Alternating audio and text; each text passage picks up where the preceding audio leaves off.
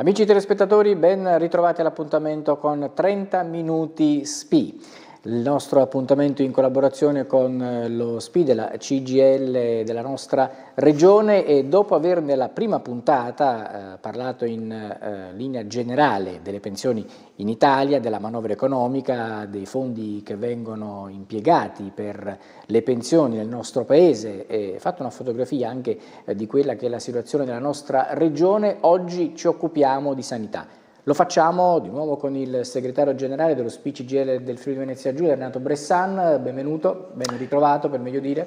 Un saluto a voi e a tutti i telespettatori. Ed oggi c'è con noi anche Daniela Bais, che è segretaria regionale dello SPI della CGIL con delega alla sanità. Benvenuta. Un saluto anche a tutte le telespettatrici e ai telespettatori. E allora noi abbiamo sempre il supporto di slide, diapositive, grafiche che accompagnano i nostri ragionamenti, i nostri discorsi, e partirei proprio con la prima, Bressan, nella quale illustriamo qual è l'impegno del nostro Paese per quanto riguarda la spesa sanitaria in relazione al prodotto interno lordo, il cosiddetto PIL. Sì, allora intanto diciamo che quel 7% che noi vediamo è sostanzialmente un dato che viene fornito a livello internazionale come una percentuale minima che gli Stati dovrebbero impiegare per quanto riguarda la spesa sanitaria nazionale. È un dato che viene fornito sostanzialmente e auspicato dalla comunità medico-scientifica, dall'OMS, l'Organizzazione Mondiale della Sanità e tanti altri soggetti, ma per venire a casa nostra lo stesso Ministro della Sanità, Orazio Schillaci, recentemente, proprio qualche mese fa, dichiarava che quel 7%, come dire, era un obiettivo che il governo si prefiggeva di raggiungere. E allora che qualche vediamo... volta ha raggiunto, qualche volta no. No, assolutamente. Vedendo anche la successiva diapositiva. E allora vediamo come è andata a finire nella manovra di bilancio di cui avevamo fatto accenno la volta scorsa, come è andata a finire la storia della spesa sanitaria e del Fondo Sanitario Nazionale, cioè delle risorse che lo Stato destina alla sanità e al sociosanitario in Italia. Noi sappiamo che su questo si è sviluppata una polemica di non poco conto con il governo e con la stessa Presidente del Consiglio Giorgia Meloni, la quale ripetutamente ci ha detto: ma io ho messo tanti di quei soldi che mai erano stati messi nella storia della sanità. E se noi guardiamo il primo grafico in valori assoluti in miliardi, effettivamente siamo arrivati ad un fondo della sanità pari a 135 miliardi di euro con l'ultima manovra di bilancio, che è sensibilmente superiore a quello dell'anno precedente. Ma il punto è che non è questo il dato che bisogna guardare per capire se il fabbisogno sanitario è adeguatamente impiegato, ma bisogna guardare l'altro grafico, cioè la spesa sul PIL in percentuale. E quindi sostanzialmente noi dal 2020, come abbiamo visto, avevamo una percentuale pari al 7,4% sul PIL, è successivamente scesa al 7,2 nel 2021, poi abbiamo cominciato, come dire, a cali drastici, quindi siamo arrivati al 6,8 nel 2022 e poi abbiamo avuto un vero e proprio crollo e siamo andati al 6,2%. Ecco, le faccio subito una domanda. 20 e 21 sono gli anni più duri del Covid, certo. Quindi notiamo però che se dal punto di vista della percentuale sul PIL registriamo nel 20 e nel 21 le percentuali più alte, dal punto di vista invece dei valori assoluti di miliardi di euro sono quelle più basse. Sì. Come si spiega questa Si spiega, cosa? allora, intanto perché correttamente bisogna dire che nel 2020 eravamo in piena fase Covid, lì teniamo conto che ci sono stati un quantitativo economico in miliardi a supporto per l'appunto della pandemia e quindi si è alzata la spesa sanitaria in quel caso, ma abbiamo avuto anche un altro elemento che ha fatto alzare quella percentuale, e cioè che quell'anno, come dire, abbiamo avuto un calo della produttività e quindi del PIL, perché c'è stato il blocco parziale delle produzioni e quindi è chiaro che il rapporto è stato a favore in questo caso della percentuale della spesa sul PIL in termini sanitari. Poi dal 2021 abbiamo cominciato a rientrare a regime. Allora, quello che bisogna tener conto quando si aumenta la spesa sanitaria sono i cosiddetti fabbisogni, che hanno degli indicatori. Da un punto di vista gli indicatori sono quelli demografici, cioè l'anzianità delle persone che vivono in quel paese, e ricordo che l'Italia è il secondo paese più vecchio al mondo, dopo il Giappone siamo noi, quindi noi abbiamo, come dire, bisogno di superare quel 7%, perché quel 7% è un dato generale, come dire, che riguarda paesi giovani, paesi meno giovani e paesi vecchi. Tanto è vero che noi però poi... volevo farle un'altra domanda, questo ci fa capire anche come poi la spesa sanitaria, la qualità della sanità evidentemente in questo caso dipende anche dalla ricchezza del paese. Certo, dipende anche dalla ricchezza del paese, e noi facciamo parte, si dice, di quei paesi dentro all'istituto OCSE, cioè dei paesi tra virgolette più avanzati, e noi in teoria siamo uno dei 7 paesi grandi per prodotto interno lordo, e cioè siamo uno di quei paesi tra virgolette ricchi rispetto alla media. Però se noi andiamo a guardare quelle che sono invece le classifiche sulla spesa sanitaria pubblica, ci accorgiamo che la media OCSE è il 6,9%, la media europea è il 6,8% e l'Italia è al 6,2%. Un altro dato curioso, mi scusi se la interrompo, è che negli Stati Uniti, dove si parla di sanità quasi esclusivamente privata, certo, perché lì ci raccontano che se uno cade per strada non ha l'assicurazione, se non ha l'assicurazione, eppure in quel caso notiamo che la spesa sanitaria pubblica è quella più alta, l'impegno di c'è un percentuale. impegno di spesa particolarmente più elevato rispetto ai nostri paesi, però teniamo anche conto di una cosa, e cioè che noi siamo ormai, e abbiamo analisi, come dire, che sono state fatte, e anche rivisitazioni del sistema sanitario legati, come dire, a fabbisogni che sono legati all'equità, all'appropriatezza della medicina. E quindi sostanzialmente noi cerchiamo di razionalizzare al massimo il sistema sanitario, proprio perché, ripeto, siamo un paese molto anziano da questo punto di vista. Quindi, come dicevo, noi siamo oggi al 6,2%, e quello che bisogna sapere è che questo 6,2% quindi è molto, ad esempio, molto più basso rispetto alla Germania e alla Francia, che superano il 10%, che sono, come dire, i nostri paesi con i quali ci confrontiamo maggiormente.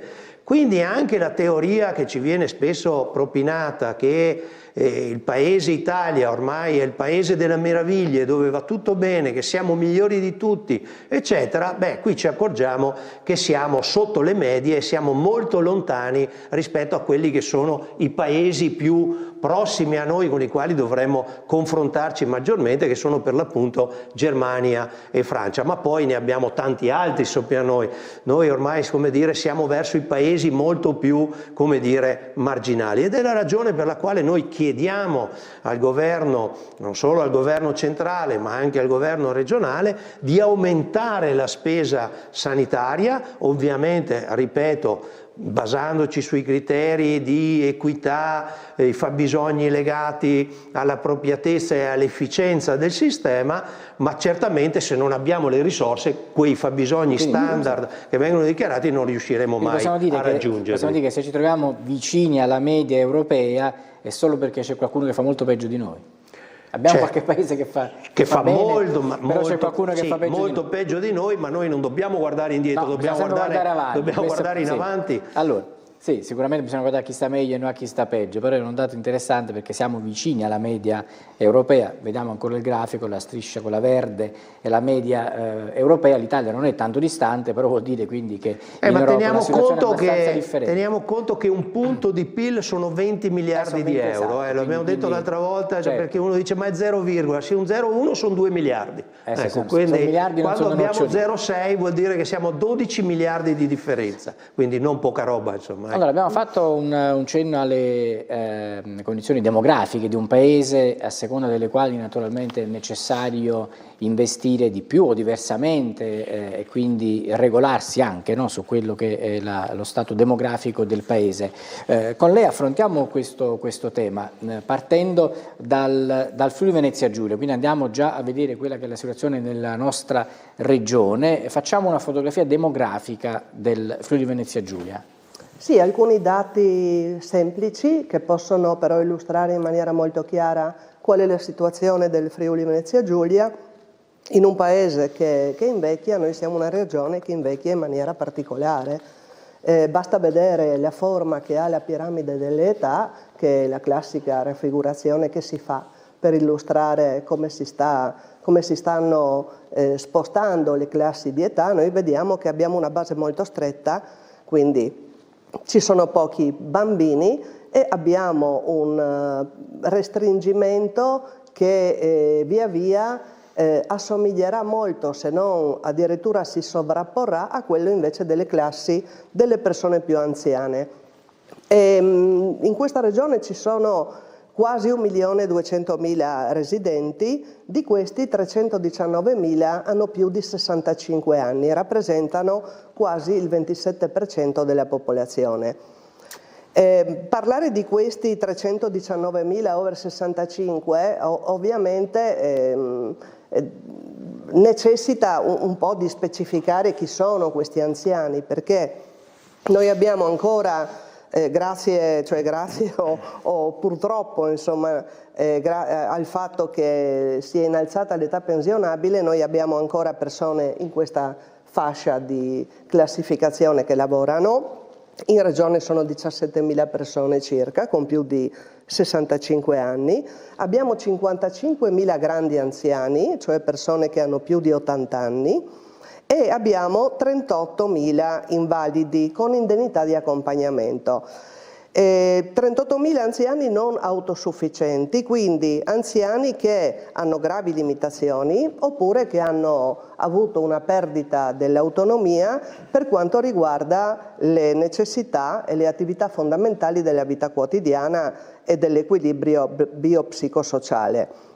Di queste persone hanno ovviamente un bisogno assistenziale impegnativo. Sono 12.000 i lavoratori che usufruiscono dei permessi della legge 104 per assistere familiari o parenti. Aumenta quindi l'età pensionabile, aumenta l'occupazione femminile, per fortuna, però questo determina che diminuiscono le persone che si trovano in quella fascia d'età che va tra i 50 e i 74 anni e che sono i potenziali caregiver, cioè le persone che possono prendersi cura di qualcun altro. In più aumentano le spese familiari per l'assistenza, proprio perché le invalidità hanno dei costi, e quindi anche in questa regione esistono delle misure che danno sostegno ai caregiver, nel senso che riconoscono il loro ruolo, cercano di valorizzarlo e di fornire sostegno. Poi vedremo, c'è in particolare uno strumento economico molto importante che è il Fondo per l'autonomia possibile.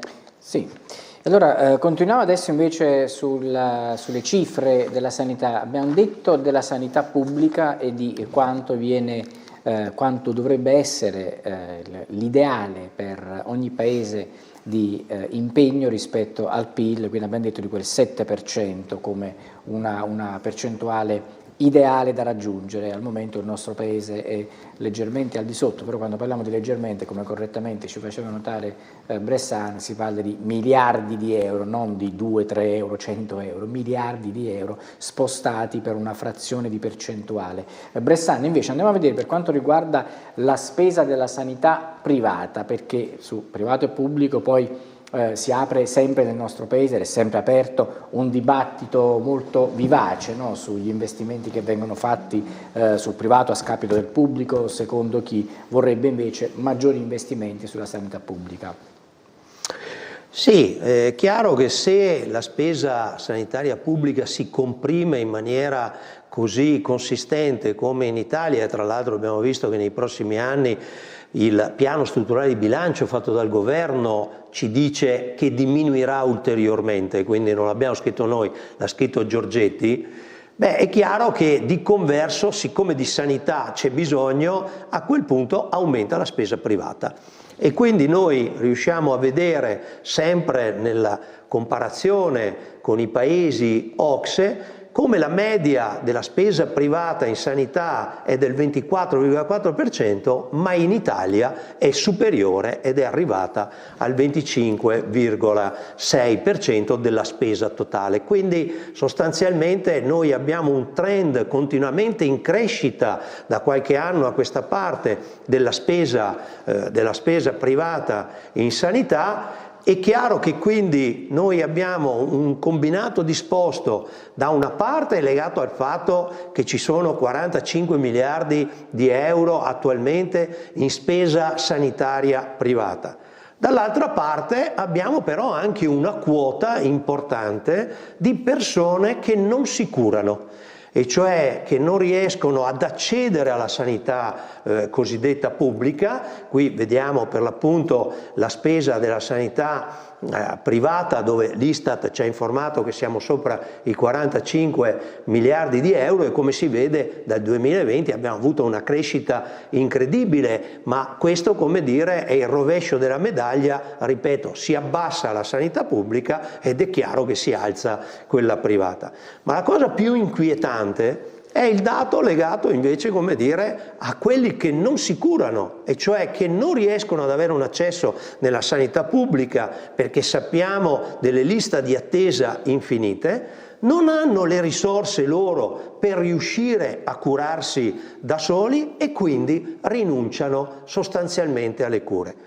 Ora in Italia noi abbiamo il 7% medio di popolazione, come si vede nel grafico, di famiglie, non di persone, di famiglie che non si curano, è l'ultimo dato Istat del 2022, e nella nostra meravigliosa regione, dove spesso sentiamo dire che stiamo sicuramente meglio rispetto agli altri, siamo quasi sul podio. Abbiamo il 7,7% delle famiglie statisticate dall'Istat che decidono di non curarsi perché non hanno le risorse per poterlo fare. Ecco, qui c'è la ragione vera per la quale continuiamo a chiedere non solo al governo centrale ma anche a quello regionale di mettere più risorse, perché abbiamo circa 80.000 persone solo nel Friuli Venezia Giulia che hanno rinunciato a curarsi. Attenzione, non è solo un tema di civiltà, e cioè che la sanità deve essere un diritto universale, ma anche un tema di convenienza economica, perché quelle persone lì, se non riusciamo a curarle all'inizio, si ammalleranno ulteriormente con costi più gravosi per il sistema sanitario.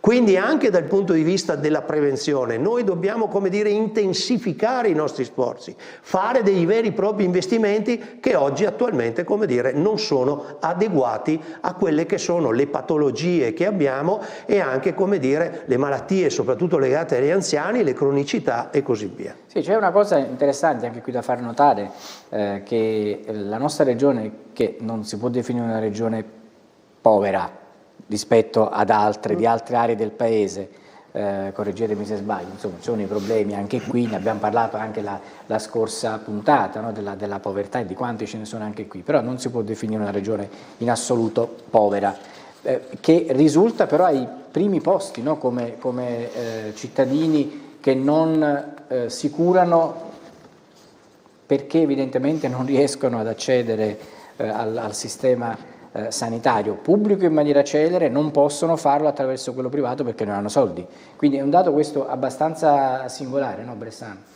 Questo è un dato allarmante, cioè è un dato che noi continuiamo a cercare di ripeterlo perché sembra quasi, come dire, che la CGIL sia solo il sindacato del no. In realtà, come abbiamo detto fin dall'inizio, quando abbiamo cominciato con questa trasmissione, cioè se noi portiamo delle critiche lo facciamo, come dire, con dati alla mano. Ecco, i dati che sono forniti, e adesso dico una cosa, noi ovviamente prendiamo i dati istituzionali, ma attenzione perché abbiamo alcune ricerche che facciamo dei nostri centri di ricerca nazionali che ci dicono che quei dati sono addirittura peggiori.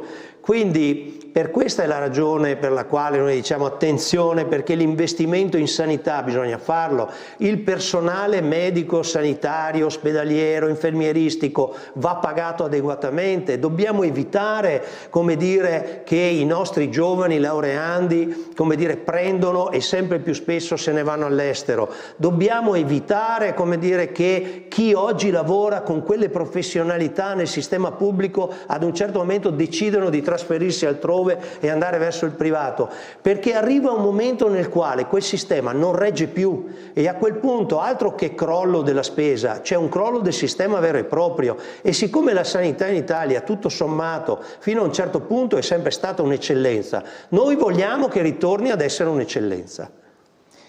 Prego, chiedo anche a lei un commento su questo grafico qui, prima di passare poi alle cose che lei vuol dire con i diapositive che ha lei, e cioè su quello che dicevamo poco fa, e cioè che nonostante il fatto che questa sia una regione non definibile in assoluto tra le più povere d'Italia, tutt'altro, troviamo anche il Piemonte, per esempio, se non vogliamo citare proprio il Friuli Venezia Giulia da solo, anche il Piemonte, che non è certo una regione povera, risulta nei primi posti, quindi c'è una qualche stortura che evidentemente crea questa classifica che, per esempio, poi ci fa vedere la Campania in basso ed altre regioni del sud, indicate come aree più complicate sotto tanti punti di vista anche della sanità, che invece hanno una percentuale più bassa.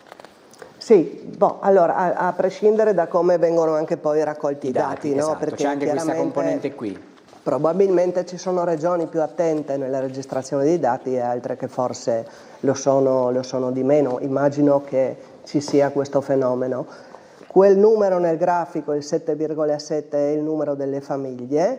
Noi sappiamo che in Friuli Venezia Giulia siamo attorno al 20% di anziani che non si curano, perché sugli anziani la percentuale aumenta. Quello è un numero che riguarda la popolazione generale. Quindi considerando che demograficamente nella nostra regione sono parecchi anziani, questo sì, potrebbe aver influenzato quel 7,7%? Sicuramente sì, però diciamo che il maggior numero ricade proprio in quella fascia, anche perché noi abbiamo anziani, abbiamo pensionati che hanno disponibilità economiche molto limitate, abbiamo una alta percentuale di persone che hanno delle pensioni veramente basse e quindi I problemi principali sono quelli legati proprio ai non autosufficienti, no? Ai servizi che vengono dati alle persone che hanno bisogno di essere assistite. Sì, le persone che sono portatrici più che non ai non autosufficienti che hanno, come vedremo, delle forme anche di tutela anche economica, queste fasce più esposte alla spesa sanitaria privata sono quelle che hanno malattie croniche, che hanno bisogno di fare dei controlli, che hanno bisogno di fare degli esami con una certa periodicità e che anche a causa del permanere delle lunghe liste d'attesa in questa regione rinunciano alle cure, non solo per motivi economici, ma anche perché appunto si ritrovano nella difficoltà e nell'impossibilità di ottenere un accesso alle prestazioni che sono previste, che vengono prescritte dal loro medico. Quindi sugli anziani si concentra un maggior peso rispetto a queste carenze. Ecco, non so se vogliamo commentare qualche grafica che abbiamo già fatto vedere mentre lei stava parlando di queste cose per spiegare bene anche ai nostri telespettatori quello che abbiamo mostrato. Sì, la non autosufficienza è un tema enorme. È un tema enorme perché appunto abbiamo visto che riguarda dei numeri molto elevati, 38.000 anziani, ripeto, poi ci sono anche non autosufficienti che appartengono alle altre fasce d'età, altre tipologie di non autosufficienza, però quando noi parliamo di non autosufficienza possiamo utilizzare delle parole chiave che sono la perdita dell'autonomia, la perdita della dignità delle persone, un'esclusione sociale, quindi anche un disagio dovuto alla solitudine, e per far questo le politiche messe in atto a livello nazionale riguardano le politiche per la salute degli anziani in termini di invecchiamento attivo e in termini di prevenzione della fragilità. Sulla non autosufficienza le leggi nazionali non sono finanziate. Quindi le regioni trovano all'interno dei propri bilanci le modalità per poter finanziare i bisogni di chi si trova in questa condizione di fragilità. È una situazione molto complessa perché le persone che hanno bisogno di aiuto in una situazione di non autosufficienza hanno bisogni di tipo sia sanitario che sociale, molto spesso non distinguibili, sono molto spesso isolati nelle reti sociali e quindi non sempre hanno qualcuno che gli possa dare una mano, quindi neanche i caregiver familiari, e molto spesso non hanno i soldi per potersi permettere di avere un'assistenza individuale. Proprio per questo la questione della non autosufficienza è strettamente collegata a quella che è la riorganizzazione dell'assistenza territoriale prevista dal decreto ministeriale del 2022 numero 77. Il riordino dell'assistenza territoriale prevede un nuovo sistema di assistenza sul territorio che deve combinare quella che è l'integrazione sociosanitaria, quindi un'integrazione forte tra i servizi sociali che sono erogati dai comuni e i servizi sanitari erogati dalle aziende sanitarie, garantendo omogeneità nella regione. Questa oggi non c'è. Noi, pur essendo una regione, come dicevamo, ricca e con anche servizi di una certa qualità, comunque scontiamo delle differenze tra, ad esempio, quelle che sono le aree più isolate, come le aree montane, e quelle che invece sono le situazioni che troviamo nelle grandi città, che hanno più facilità di raggiungere i servizi.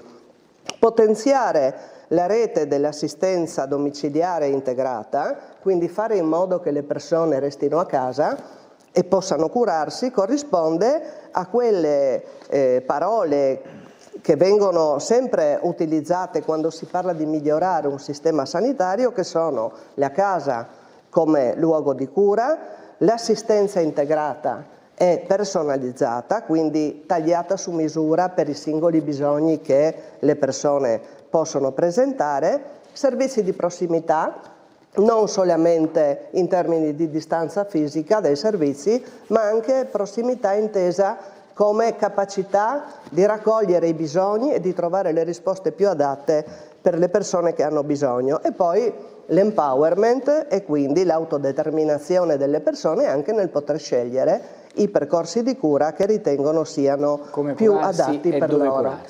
Bersani, abbiamo ancora una manciata di secondi e quindi possiamo dare un'occhiata a qualche altra slide. Abbiamo visto, in pratica le abbiamo già passate tutte, direi, quindi possiamo andare ad una conclusione su questo argomento. Quindi che cos'è che viene chiesto dal sindacato alla nostra regione o in generale al Paese, al governo, all'Italia di fare, come attivarsi per migliorare quelle che sono le criticità?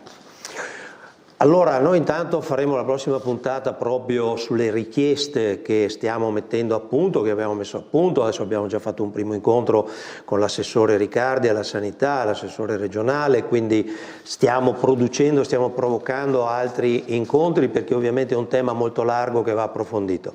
Però il primo punto riguardano le risorse. Le risorse purtroppo sono del tutto insufficienti, non bastano a livello nazionale, i riparti quindi regionali sono insufficienti. Certo, il Friuli Venezia Giulia, godendo di un'autonomia speciale, come dire, copre quel fabbisogno con risorse proprie.